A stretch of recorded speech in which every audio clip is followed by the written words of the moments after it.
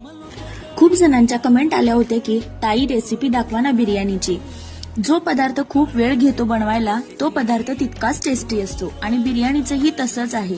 इथे मी अर्धा केजी चिकनला 400 ग्राम तांदूळ असं घेतलं आहे, कारण तांदूळ शिजून जास्त होतो आणि हे प्रमाण अगदी अचूक आहे। 4 कांदे तळून घेतले आहेत। तळताना थोडं मीठ टाकायचं म्हणजे कांदा लगेच तळला जातो। आता इथे मेन्शन केलेले सगळे साहित्य घालायचं आणि व्यवस्थित मिक्स करून मॅरिनेशनला ठेवायचं। आता जेवढं तुम्ही मॅरिनेशनला जास्त उशीर ठेवाल, जास्त वेळ ठेवाल, तेवढीच ही बिर्याणी टेस्टी होते। मी इथे 2 तास मॅरिनेशनला ठेवलं होतं। तोपर्यंत तांदूळ स्वच्छ धुवून 15 ते 20 मिनिटं भिजायला ठेवायचं। जुनाच तांदूळ वापरायचा, अख्खा बासमती तांदूळ जुना वापरायचा। तोपर्यंत पाणी गरम करून घेतलं आणि त्यात मसाले घातले। पाणी उकळेपर्यंत आपण चिकन फ्राय करून घ्यायचं।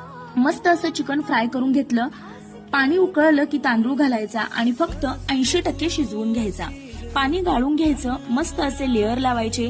पुदिना, कांदा, तेल किंवा तूप, इसेन्स, केवडा इसेन्स, रोज इसेन्स, कलर, बिर्याणी मसाला सगळं घालून कणकेने व्यवस्थित पॅक करून घ्यायचं आणि फक्त 20 मिनिटं मंद गॅसवरती ठेवून द्यायचं।